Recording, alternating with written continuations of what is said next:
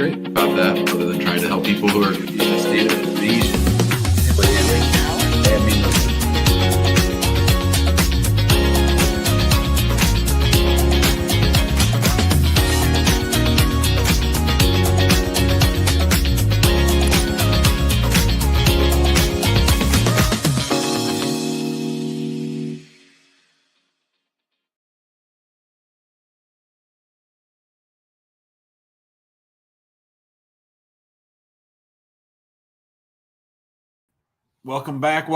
welcome back.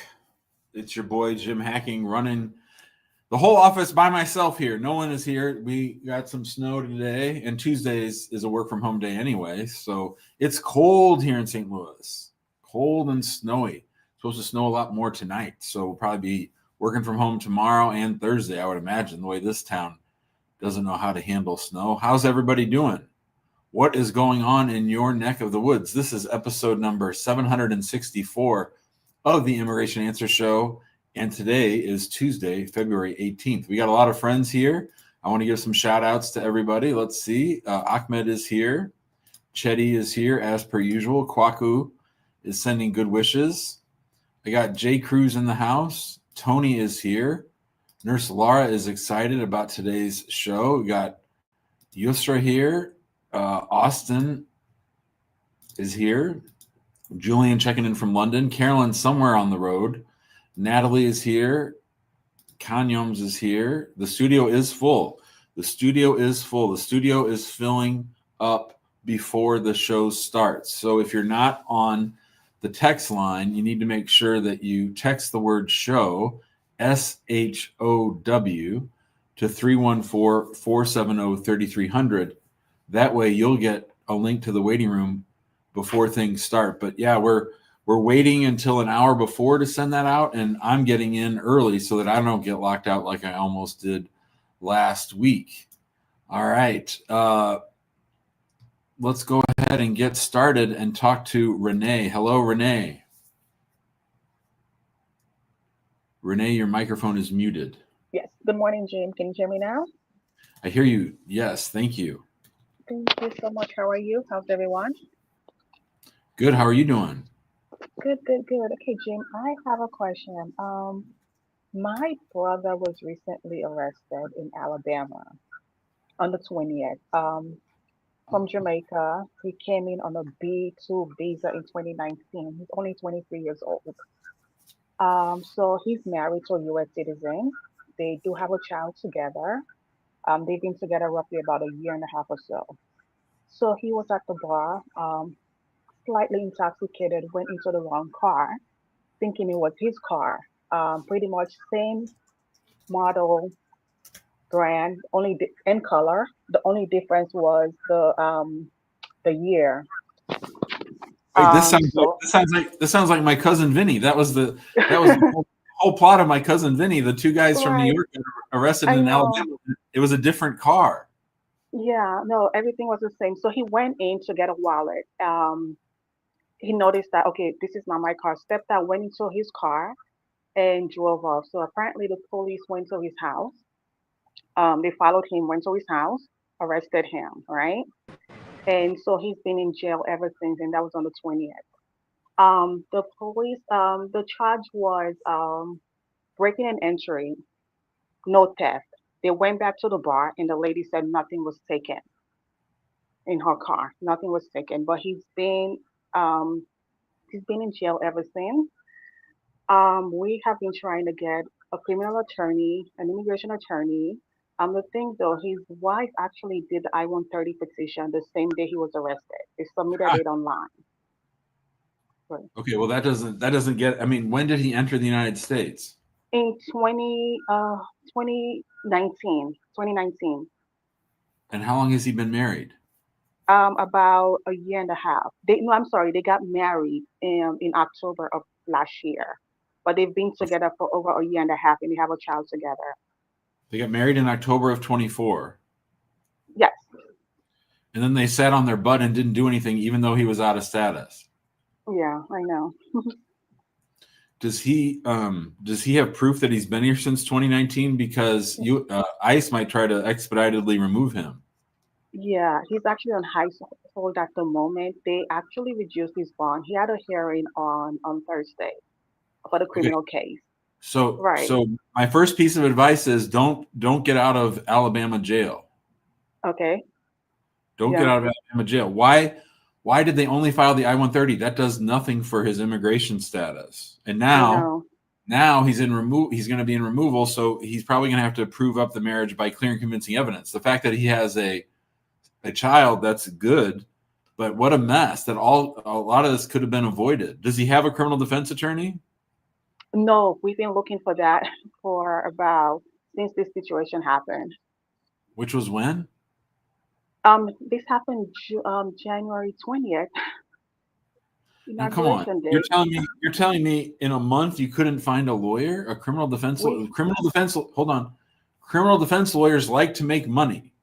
Criminal Yeah, defense lawyers like to sign up cases. So what does this mean? I mean, all this trying to get him, trying to get him a criminal defense attorney, trying to get an immigration attorney, trying to get his case on file. Everybody's dragging ass, and he's going to get deported. yeah, I know. Why is there Um, no Why is there no sense of urgency? I mean, there has been. Again, we are. Well, I'm not as close to him. Yeah, family issues. So I feel like, and the wife, obviously, she's totally clueless as to what's going on. They have their issues. That's another problem. So she's been, and the family finally reached out to me because the family is pretty much everywhere in Jamaica, the UK. I'm pretty much the only one in the US. So, and I have been like making phone calls, trying to see what's going on. She is, again, they're quite young. She's 21, he's 23. So she has zero idea as to what's going on. Do they not have the And money? Do they not have the money to pay the lawyers? I mean, the criminal piece should probably get a public defender. no, he does. He has a public defender and I guess he was charged, I guess it's a felony or so. And I told him, like, no, he shouldn't take that, plea at all. And the public defender, when I spoke to him, actually said that, so yeah, it's the plea, they wanted him to plead to a felony, and also that unless he's indicted, they cannot look at the evidence or so. Apparently, that's the law in Alabama or so. You can't look at any evidence, Okay. no Well, videotapes, nothing. I'm just the lowly immigration attorney. I'm not the criminal defense attorney. How can I Yeah, help? What do you have for me? I mean, at this point, we don't. Again, his I-485 was never filed. They did I-130 online, and so at this point, it's like he's been locked up for over a month now. He's on ICE hold. Don't really know what we can do. We're still looking for a criminal attorney. Hoping to get in contact with one today because I've been calling so many places already, or so many attorneys. We were looking for someone that can do both the criminal and the immigration case. I vote no Well, on that. I vote no on that. There's no reason. I mean, other than to save money, there's not going to be a real reason to have one attorney do both. Most aren't going to be good at both, so I would not do that. right. Okay. So I, it sounds like there isn't a firm decision maker in this situation. That So nobody's driving the bus. Everybody's sitting in the eh, bus saying, "Hey, yeah, let's go save our brother, our cousin, our nephew," but nobody's driving the bus. So somebody needs to pull the trigger and drive the bus. yeah, that's what I'm just. I just got involved recently, and I've been the one making all the phone calls. You know, and I called the criminal attorney in Alabama yesterday. They were supposed to get back in contact. They haven't called me. I called them this morning, hoping that someone would call me back. Um, Well, I so mean, public defenders probably have 2,000 open files, and it's hard for them to get. yeah, I mean, if I were you, I'd hire an immigration lawyer and have the immigration lawyer talk to the criminal defense attorney. That's what I would do. right. That's what I'm trying to do right now. You know. So, oh, Okay. All right. Well, good luck, okay. Renee. Okay. Thank you so much. Okay. All right. Hmm. All right. I'm going to go to Alias Fake Nameski. Hello, Alias. Hello, James. Jim, thank you for doing the show today. Of course. What's up? Okay, so my friend is a U.S. citizen. His daughter is not. My friend doesn't think that he has enough time in the U.S. for the CRBA. So they filed an I-130 about 2 years ago. The family now wants to file a 485. They previously withdrew the 485 when they filed it with the I-130, so the daughter could go live with mom overseas. At the time, for the pending I-130, which has been pending for 2 years, the only evidence that was submitted was the daughter beneficiary's birth certificate and the father's, the U.S. citizen's birth certificate. What is the best way to submit additional evidence for that pending I-130? What's the year of birth of the beneficiary of the I-130? She turns 18 in 1 month. And is she in the United States or outside the United States? She's here on ESTA. She has an Italian passport. She was born in Spain. Her mom's from Guatemala. And her dad and her stepmom live in Mexico, but they have an address in Florida. So what's the plan? I mean, what's the put immigration to the side? Is this person, this soon to be 18-year-old, want to live in the United States? She's about to graduate high school. She wants to live here. She wants to go to university here. Then why is everybody being so casual about her immigration status? I think because they all have immigration statuses in other countries, and it was just easy to get those immigration statuses in those other countries. So they just figured as much would be the same here, but it's not, of course, as we know. So this is the predicament they're in. The problem with the birth certificates, it was the only evidence filed with the I-130, and the 485 was withdrawn properly. They have documentation of all that. Her birth certificate, it doesn't have his last name. She does have a document from Guatemala that lists all her surnames that she uses, but it only has her mother's last names. So it's been pending for 2 years, and they've gotten no RFE or anything. It's because they withdrew the 45. Filing an I-130 and a 45 together, and then withdrawing the 45. Everybody's like, "What the hell? Why would this happen?" And nobody knows what to do with the I-130. What? So the petitioner is her father.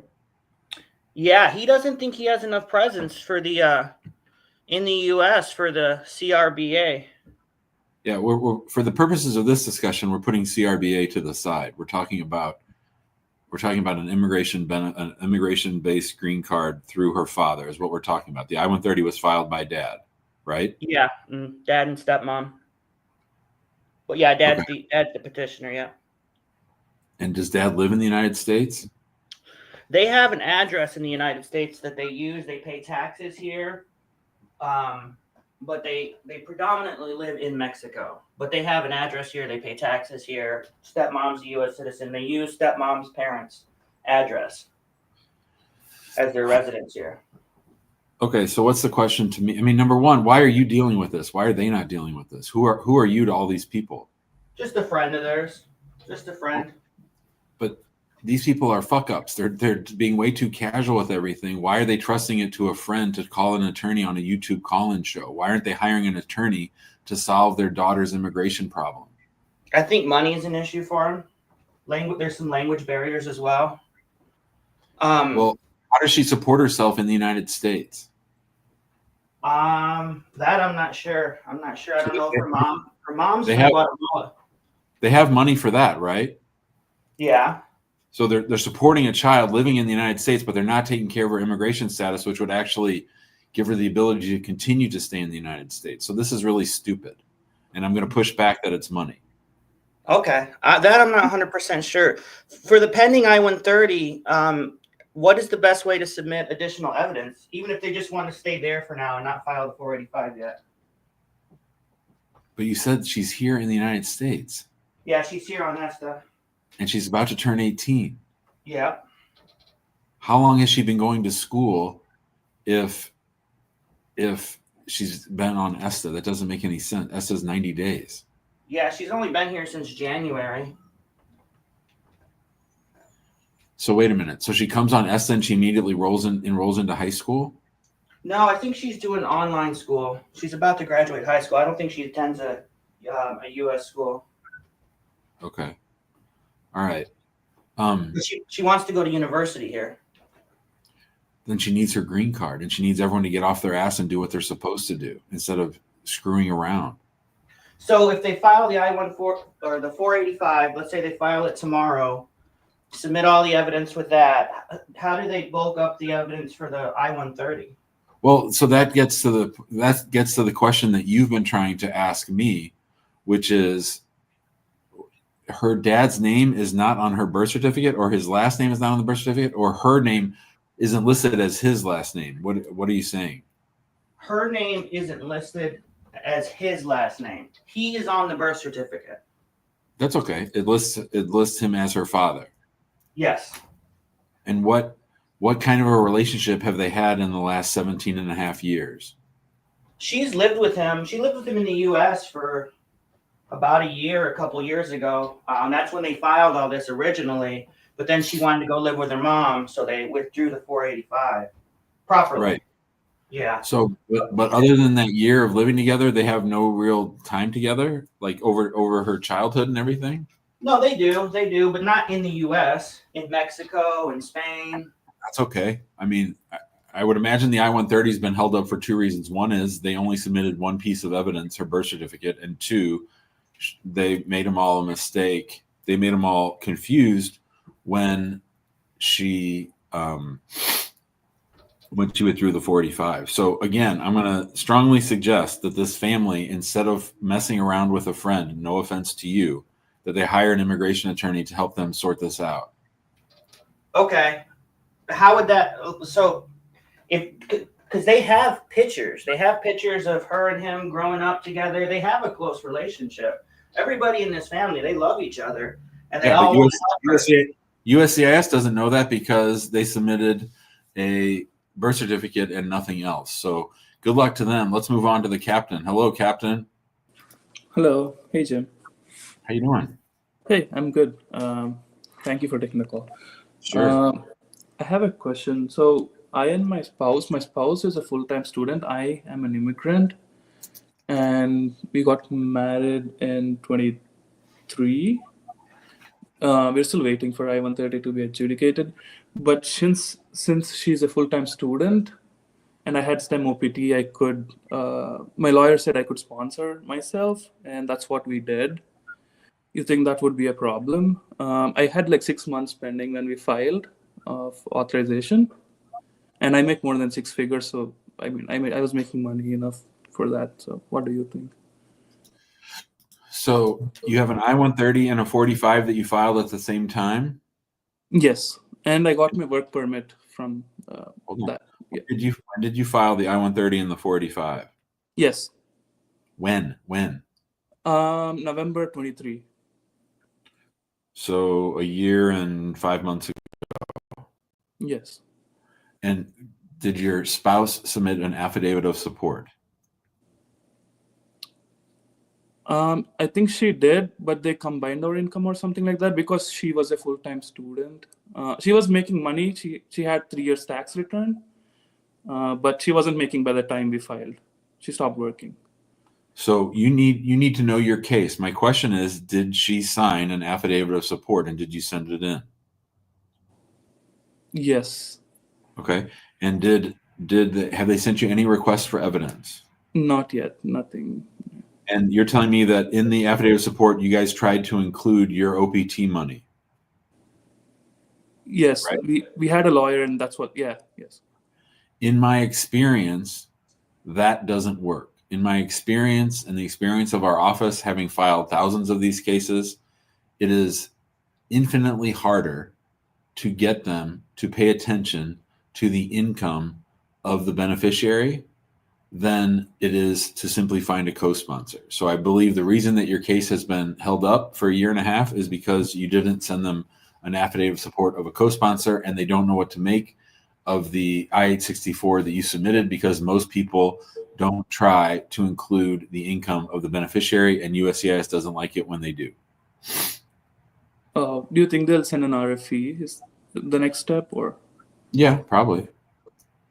Okay. You think the best option is to wait for now because she has one more semester and she's done with school and she can start working? Or... I'd be focusing on finding a co-sponsor. Hold on 1 second, okay? Okay. I'll be right back.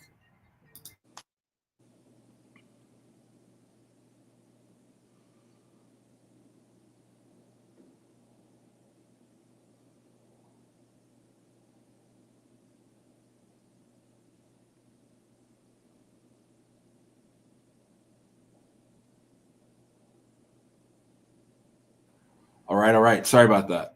Yeah, so I would focus my time on getting a co-sponsor, getting my I-864 ready. I might even consider sending it all in and saying, hey, my case has been pending 18 months. I'm tired of waiting. Will you guys please look at my affidavit of support? And if you think I need a co-sponsor, here it is, and give it to them. Okay. I got my combo card. I guess even that doesn't change anything, right? They still prefer to have the sponsor making. Yep. She was working. She had 3 years, but yeah. Sorry. I didn't say anything. Oh, you said she was working. Yeah, you said that she doesn't make enough in the last 3 years. No, she was making enough in last 3 years, but then she stopped working since we got married, moved together. She wanted to go back to school, and I started supporting her. When did she stop? When did she stop going to school? Sorry. She stopped around like in August, so she made enough money for that year as well when we filed. But then she stopped going forward, and the lawyer said, "Oh, you can't include it because this is for continuing of support," and she stopped working now, is what they said. Yeah. So at the time that you filed, she wasn't working, so she didn't have proof of current employment? Yes, but she already made enough money that year. Yeah, but she still has to have an ongoing job. She didn't. It's not just the income.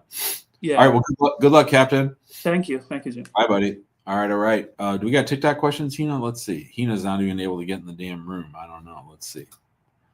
Hina is here, and Hina. Oh, she's out. Hina, trying to get me some TikToks if you can. All right. Let's go to Eddie. Hello, Eddie. Hey, can you hear me, Jim? Yeah. What's up? Hey, thank you for accept me to the Sure. client. Yep. Jim, I have a question. On 2018, the order judge me. The judge ordered me like dismiss my asylum / with the prejudice. Yep. And then after that, a couple of days after that, I received form I-797C. Yeah. I go over there and sign the biometric. After that, that's it. I'm become. I don't have a working permit and everything. So my question is, what would the next best step for me though?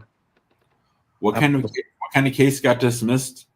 Was it a deportation case or a lawsuit case? Asylum. Okay, so you came to the United States in what year? 1994. 1994? Yeah. And did you file an affirmative claim for asylum or just as a defense when they put you in deportation? I think it's a defense for deportation. So you come in the 90s, and then at some time in like 2015 or 16 or 17, you get put into deportation. Is that what happened? Yes. And then they said, hey, we're going to deport you unless you have a defense. And you said, no, I can't go back because I need asylum, right? Yes, correct. Okay. And so then you had your little case was pending for a while, and then the case got dismissed? Yeah, dismissed. On who made the motion to dismiss? Was it your attorney or was it the government? My attorney. Okay, and that was in 2018, you said? 2018, yeah. Okay, and then nothing has happened since then? Nothing. Okay, so what's your question for me? What would what is the best step for me though? You don't have anything. You don't have anything pending. No, I don't have anything pending. Yeah, so someone who's been in the United States since 1994, which is 30 years, who doesn't have status, The only thing that cleans up that status is if they were to enter into a good faith marriage with a U.S. citizen. That's it. I have a son, 3 years old. Yeah, He's but I'm 3. not. Yeah, history. Okay, so in 2042, he can sponsor you. You got to be 21. So that wouldn't do it. Yeah. That's why I'm so confused after this. What should I do? Or Well, I don't think it's that confusing. I think that there's nothing to do. You can't pay a fee. You can't get in line. There's no forms to fill out. The only thing that would save you is if you married a U.S. citizen and that it was real and not for immigration purposes. okay. It's what if the immigration stop me? What should I do? Just show it everything that I have. Well, I think if immigration I mean, one, you want to show that you've been here for a really long time. Mhm. If immigration stops you, I think they're going to put you in removal again. Okay. That's what that without prejudice means. That means they can bring it back if they want to. And now that Trump's here, that's sort of what it means. Oh, okay. Good luck, Eddie. Okay, thank you, Jim. All right, let's go to AK. Hello. AK, are you there? We're not here. Oh, no cameras. No cameras. Can you hear me? Yeah, go ahead. Oh, hi. Thank you for your time. I have questions on two different things. The firstly is I got my green card through SIJ, and my case was denied. I don't know if you remember back in 2016 or 17, they were denying all of them, and then they were sued, so they gave me the green card without an interview or anything. And I've been here for 5 years. I want to file for my N400. So my question is, when I file my application, do I have to submit my transcripts of 5 years, or can I skip that and take it with me at my interview? I'm sorry, I spaced out for a minute. I was with you all the way till the question itself. Tell me the question itself. So the question is, I'm gonna be filing my N400 online on USCIS. So do I have to submit my transcripts of 5 years, text transcripts, or can I take it with me on the day of the interview instead of submitting? You can take it with you to the interview. Okay. I would. Did you say they denied the green card at first and then approved it later? Correct. After? Okay. Correct. So, and you've hit your 5 years already, right? Yes. In November 2024. I might suggest one thing before you file. Mm-hmm. If I were you, I would file a G639 and get a complete copy of your immigration file and read it all over before you file for naturalization. G639. Yeah, you can do it online. It's free, and it's a Freedom of Information Act. And just tell them, I want my complete immigration file. That's what you want to put when you ask. Right. I want my complete immigration file. And then read it all over and see if there's anything that worries you. If there is, call me back. Okay. Is there any specific flags I'm going to be looking for? Well, I'd be interested to see the denial. Okay. And they denied it because they couldn't find the request for evidence sufficient back then. That's weird. Yeah. And it was just not my case. It was a lot of cases that were just denied on wrongful basis. And I don't remember the entity who sued them. So they sued and then they, processed the green cards. Because I got my Social Security and within 2 weeks I got my green card as well, which is pretty unusual. Yeah. So I definitely want to read everything in the file. I'd want to see what the denial was based on. I'd want to see if there are any notes or anything that are tips. I'd want to look at that lawsuit and make sure that everything's cool. Because one thing I've noticed in the last couple of weeks is USCIS is, when naturalizing people, they seem to have gotten a little bit more aggressive in looking at whether they could undo the underlying approval. So I would just want to make sure that my approval was airtight if I could before I filed. And I don't mean that specifically with SIJ cases. I mean that just something I've been seeing in the last 2 weeks. I've seen 3 or 4 N400 denials that include a serious attack on whether the underlying green card ever should have been issued. Mm-hmm. And that's something I haven't seen in a really long time. So that's part of the new administration. You're saying that now they're maybe. I mean, it'd be hard to say that all of Trump's stuff has been infused, but I think there's certain officers that feel empowered by the fact that he's back. Right. Well, that's why I wanted to ask these, because before filing, and then one of my other question was if I ever got a citation. Well, I was pulled over once, and it was like a fix-it ticket, and I got maybe 2 parking tickets. Do I have to mention that in the N400? Not the parking tickets, but the moving violations. Those are citations. Yep. Even though if it was a fix-it ticket? Fix-it ticket? What do you mean? What is a fix-it I ticket? got tickets for my tints. I took them off, and the next day I went to the precinct, and they signed that it was okay. Wait, what was the citation for? It was for my tints, window tints. Oh, window tints. Oh, yeah. No, I would say that attaches to the vehicle, not to the person. So, Okay, so no need to mention, right? It doesn't matter. I mean, if you paid it and it's all taken care of, I wouldn't worry about it. Okay. And then second part of my question was, I am dating someone for the past 5 years. They are here on, I believe, a tourist visa, and they overstayed for asylum, and their case is still pending. They have their social security and work permit and everything. So once I become a citizen, if I were to file for them, pretending that we got the green card, do I have to be physically present in the US for the 3 years that they have to wait? Because the reason I'm asking is I might get an opportunity overseas through my work. So how does that work? Or can they also go with me for an exception, or do they have to physically be here? Is it for a government job? No, it's for a private job. Yeah, so then they would have to be with you for the 3 years. Can they come with me on a green card and waive that 6-month presence in the US, or I No. would? Okay. So I No, would I mean, have to. they could get permission to be gone with you for a full 2 years, but none of that time would count towards their 3 years of residency for purposes of citizenship. So I would also have to be physically present here if I want to file, if they want to file for citizenship, and after 3 years of their green card, right? Yeah, and again, if they aren't, or if you aren't, and you guys are gone for 2 years, Mm-hmm. then the 3 years starts when you come back living here. What if she lives here and I am gone?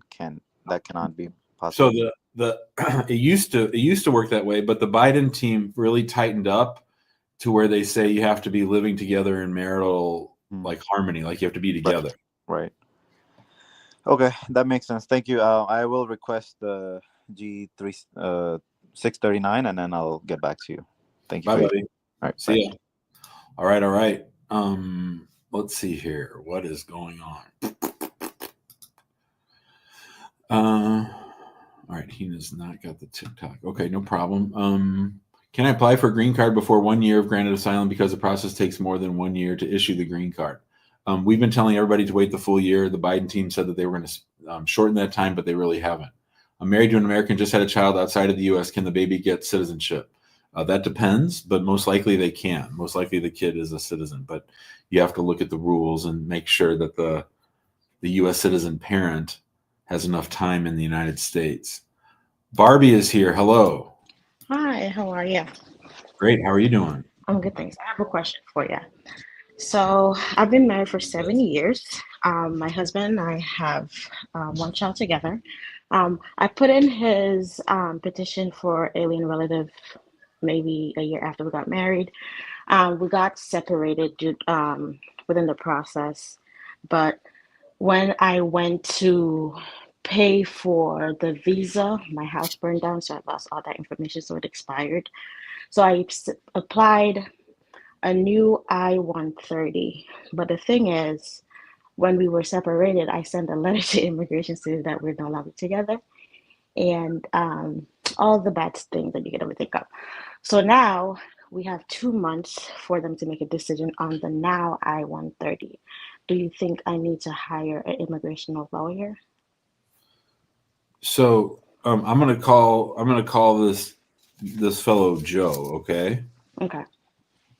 So, what country is Joe from? He's Jamaican. We're Jamaican. Big ups to all the yardies. All right, Jamaican Joe. We got Jamaican Joe in the house. So when did you and Joe get married? 2018. Okay, and then when did you file the I? And he was overseas when you got married. Yes. And when did you file the I-130? 2019. And when did your house burn down? 2023. So last year. Okay, I'm sorry about that. Thanks. when did you withdraw the initial I-130? I did not withdraw it. It got approved.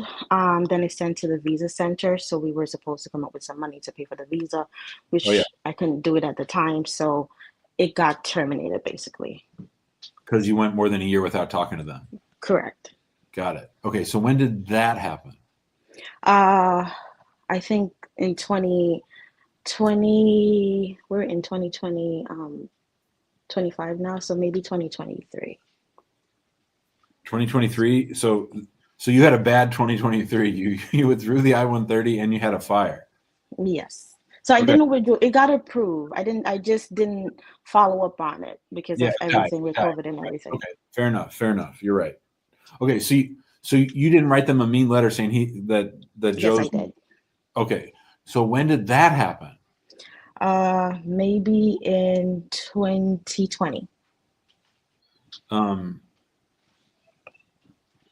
So wait, you withdrew it before it got approved? No, it got approved.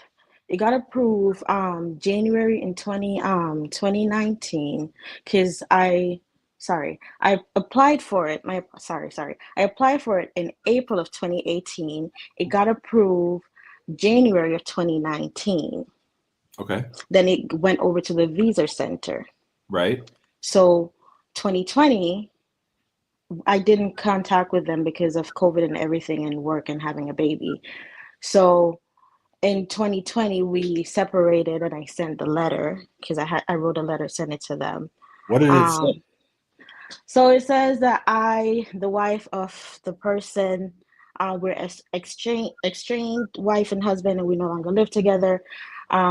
Basically, I was being mean, saying that he's not with me for the real purpose. He was only with me for immigrational status. That's what I was hoping you didn't say. Yes. Okay. So and that letter went to the National Visa Center. I sent it to the USCIS, not the Visa Center, because after I sent the letter, I got another letter from the Visa Center that the visa is still is approved. We're just waiting for documentation. If they give me 1 year from the date of the letter to putting all the documentations in, and then everything just went left after that. Why did you send them that letter? We were in a difficult spot in our marriage, I think, because with COVID, having a child, having that in our family, we're not connecting the way that we should, and we would just keep arguing. And we never wanted to do therapy because we thought therapy was stupid. But now that we did therapy and we're together, and we've been together for 3 years after that, we reconciled, raising our child. So yeah. So are you in Jamaica right now? No, I am a U.S. citizen. I live in the U.S. But so when you say we're together, you mean emotionally you're together, not that you're actually together. Yeah, not physically living in the same place right now, but emotionally together. And how long have you been emotionally together? Maybe a year after I sent that letter. Okay. And so when did you file the new I-130? April of last year, and now we have 2 months to get a decision on it. Well, so sweetheart, that's one thing I want to tell you is those dates are not set in stone. They can take as long as they want, and I think your case will take longer because of the letter that you sent. Okay. So what should I do?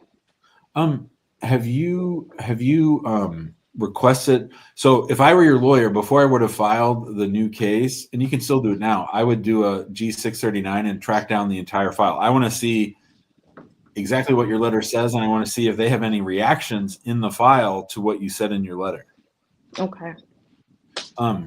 But bigger than that, so it's been pending 14 months. Yes. How often do you guys actually spend time together? I go down twice a year, in the summer and Christmas. Spend roughly 3 weeks each visit. So like 6 weeks. Okay. And so like if I were your lawyer and I was filing that second I-130, I would have submitted a ton of evidence because let's think about use a lawyer. I submitted the document myself. Yeah. Because at the time I wasn't sure if I needed one. Okay. Well, but let's just think about it for right now. We'll decide whether or not you need a lawyer. I think you probably do, but let's think of it as a scale, okay? A scale. Mhm. So on the one hand, we have the evidence that you submitted, the fact that you have a child together, the fact that Mhm. you are married. You never got divorced or anything, right? The marriage is No. always right. But then on the other side of the scale, we have this big fat letter that you sent, Mhm. right? Boom. Like boom, like boom. So that is really, really, really hard to overcome because, they think everybody marries the US citizen to get a green card. And here we have the US citizen herself saying that he only married me to get a green card, right? So, like, Mhm. they don't even need to be their normal bad selves. They can just take you at your word. Okay. So, if I was your lawyer, I would, one, track down everything that they said in the file, and two, I would be I would have submitted lots of evidence, including a long affidavit from you and a long affidavit from Joe and maybe from some family members. We have to rehabilitate this marriage. We have to build it back up because we went down into the negative. We went down into the red, like on Jeopardy when people have gotten wrong questions, they're under zero. We need to get way up over zero, right? We've got to overcome a lot, a Mhm. lot. So I think that it's going to be a tough case, and so I think you do need a lawyer, mostly because you need to do a whole lot of factual development to overcome what you said in the letter. Okay. Okay.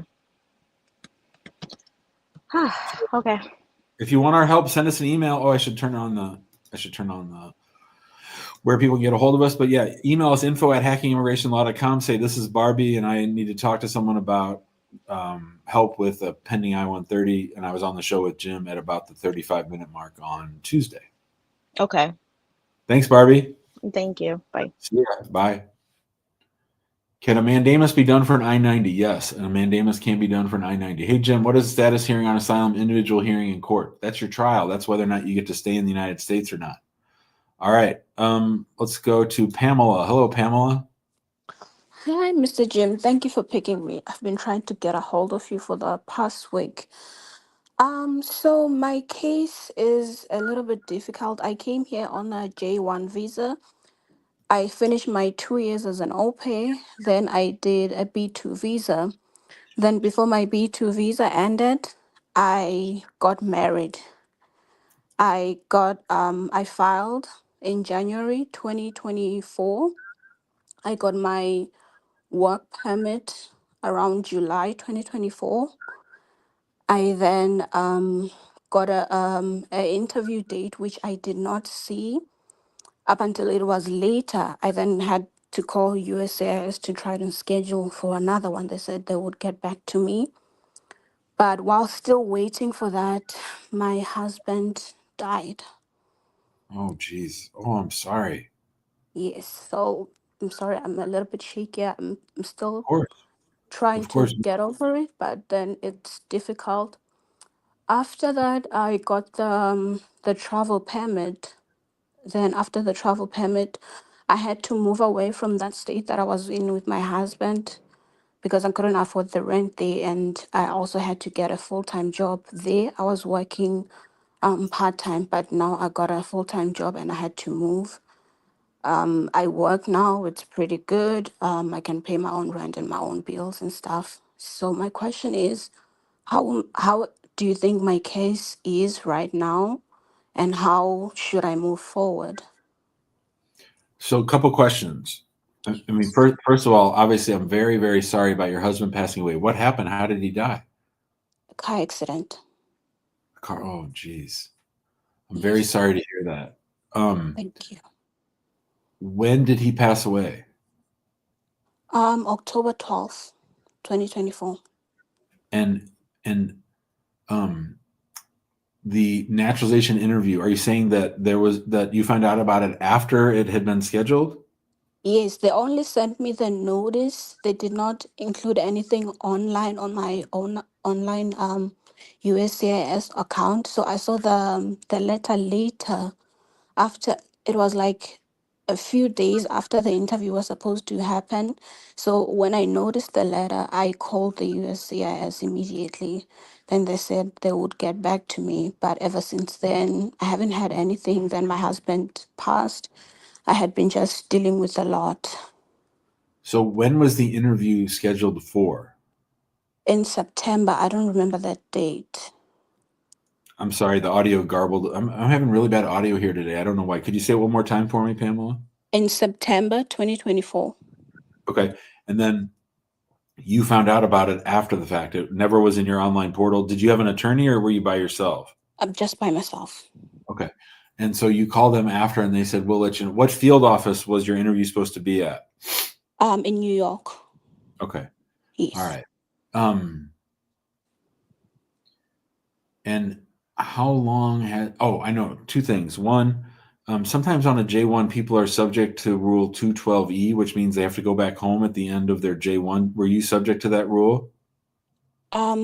Yes, but I did not, before my J1 ended, it was like a month before I changed to B2 visa. Yes, B2 visa. Then I finished my program with the agency that I had. Okay. So I understand your J1 program was for 2 years in the United States, right? Yes. Okay. So a J visa sometimes has this other requirement. It's different. We're talking about two different things, I think. There's some people, it'll say on your DS 2019, it'll say on your visa, it'll say Pamela is subject to Rule 212E, or it'll say Pamela is not subject to Rule 212E, 2-year home residence. Oh, I see. No, I was not subject to that. I didn't think you were. Usually au pairs are not. Okay. So I think we need to file an I-360, and you can still keep your priority date and still get them. You've got to prove up the marriage still. Do you have any idea why they scheduled you for an interview? Because most people aren't getting interviews. I don't know. Mhm. I honestly don't know. Does his family know that you were married? They did not like me, so I'm not so sure if he really told them about our marriage because we had been dating And since 2022. that's why I asked, because you'd be surprised how many times in our office we get contacted by widows and the husband's family or the wife's family didn't like the marriage, and so I sort of feel like we're going to need lots of evidence. Do you feel like you have lots of joint evidence, or do you feel like you had just a little bit of joint evidence? I just only have a little bit of joint evidence, which I did submit it online. Yeah. Had he been Yes. married before? No.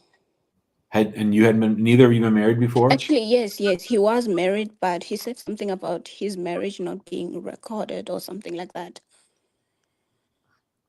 Pamela, I don't know how long you've watched this show, but back in the old days, my wife used to teach at the law school, and she taught immigration, and she would say, Jim, can you help me come up with fact patterns? So the way that works in law school is you just get this whole list of somebody's story, and then the students have to spot all the issues.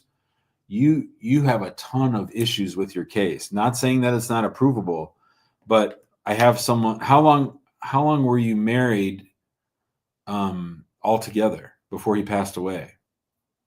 On the month that he passed, it was going to be a year. Okay. So a year-long marriage with not a lot of evidence, with a hostile family. It's going to be a tough case to pull this off to get you a green card. I think it's approvable, but I think you're probably going to need some help, and I think it's going to be really tough. What kind of help? Well, I think you need to prove up the marriage. So you need a lawyer's help to like get a long statement from you explaining the whole relationship, explaining why you decided to get married. Like basically, they were calling you in for an interview probably because you submitted so little marital evidence. So like they're already suspicious, right? Now, the fact that he passed away might make you a little bit more sympathetic, but at the end of the day, we still have to prove that it was a real relationship and not for immigration purposes. I'm not saying that it was. I'm just saying that we've got to prove it. And if you've just submitted a little bit of marital evidence, I think that's going to be tough. And so if I were your lawyers, I would be like, Who knows about this relationship? Who can testify about this relationship? Get an affidavit from you, from friends, for people that went out with you. I mean, we've got to be really creative because we don't have him here to tell his side of story. I have that kind of evidence of affidavits from my family and a few friends from here that knew about our marriage. I put that in my is your family here? no, my family is not here.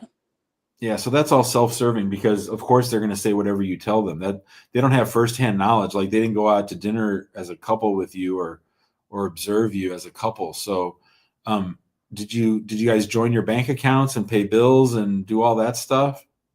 We did have a joint account. We also had a life insurance. We had hotel receipts from our weekend away sometime in March.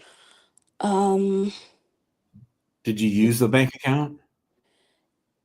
We did use it, but not regularly. So were bills paid with some other account? Yes, Yours or his? his. Yeah, see, that's tough. Did you have a lease? No, we were on it was a more like a sublease from a friend. Pamela, if you could make this any harder on me, I don't know that you could try to make it harder. This is really, really hard. Everything you're telling me is like the answer I don't want.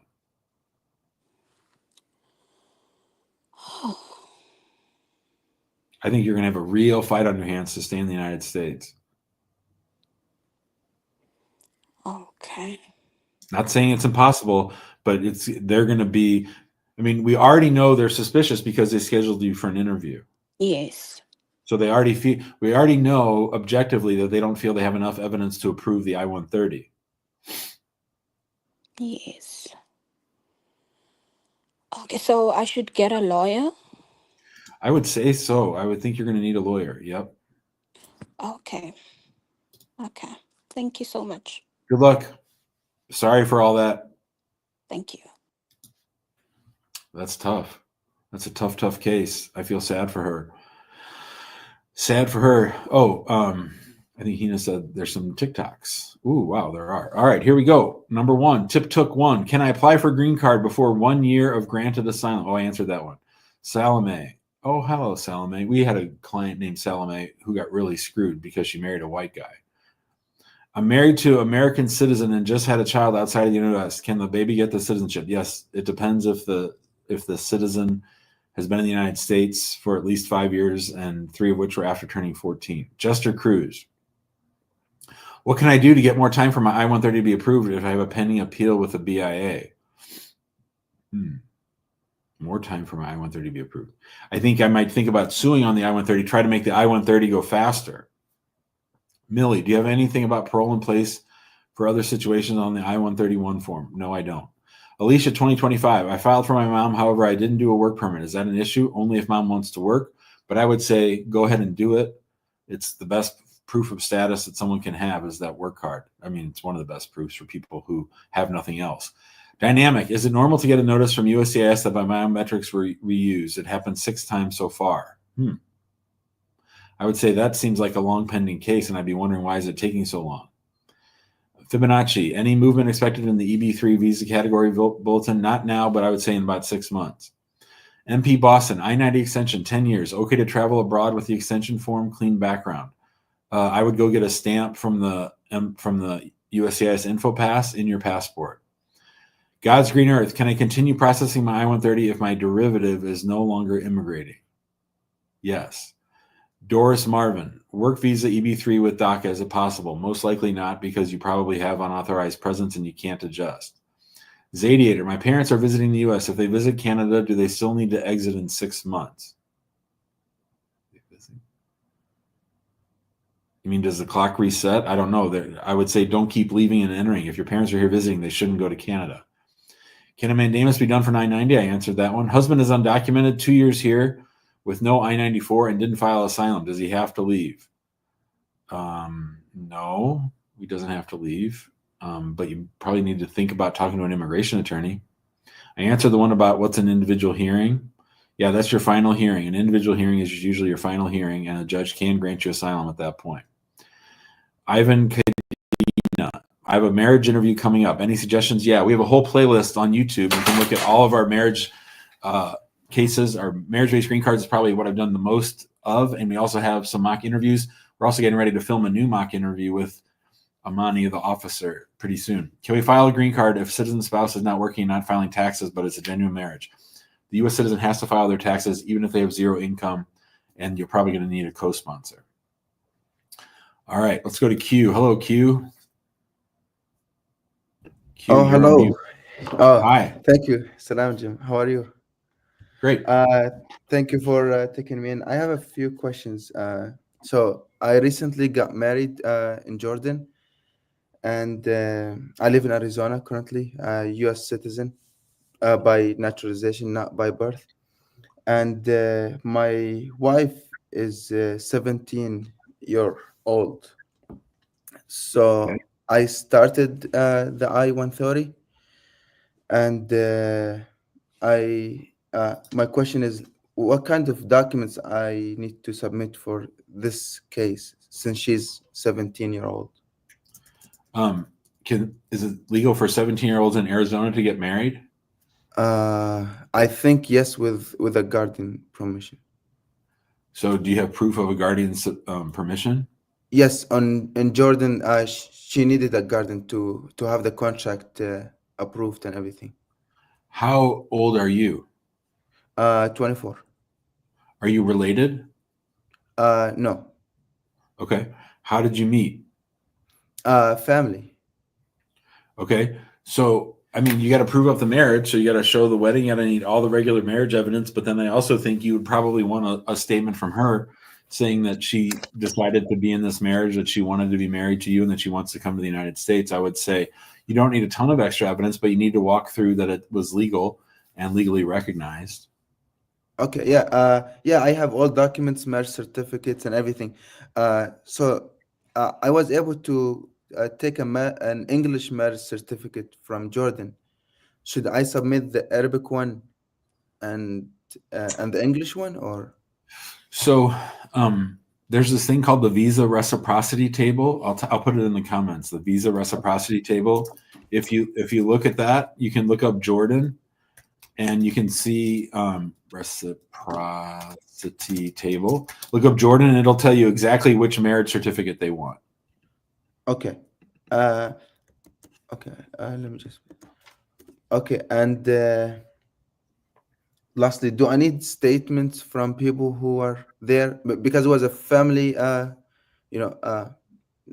an arranged, so we didn't have any texts or calls before. And so do we need family statements as evidence as well? I think you need a lot. Yeah, I think you're going to need a lot. Okay. I think they're going to think that she got forced into a child bride situation. They're not going to want to approve it, and they're going to do everything they can to deny it. So I think if you're saying you had an arranged marriage where you didn't know each other ahead of time, that means you don't have much evidence before the marriage. How about now? Do you guys talk every day? Do you chat? How do you communicate? Yeah, we talk and we chat since then. Okay. All right. Well, good luck. Oh, thank you. Okay, so then I will just need statements and that's it, right? I mean, I a lot think of you statements. Yeah, I think you're going to need a lot. I mean, how many people came to the wedding?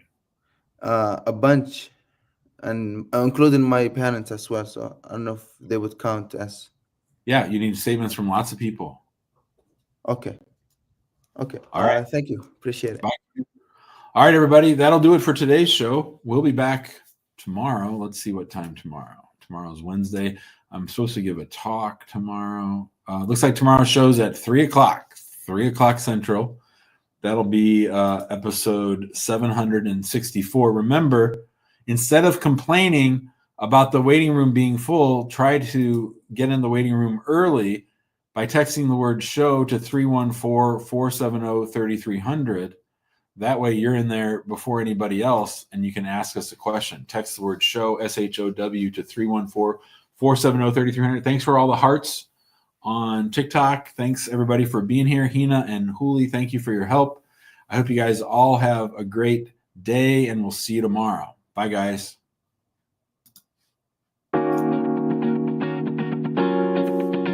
I'm great about that, other than trying to help people who are in a state of disease.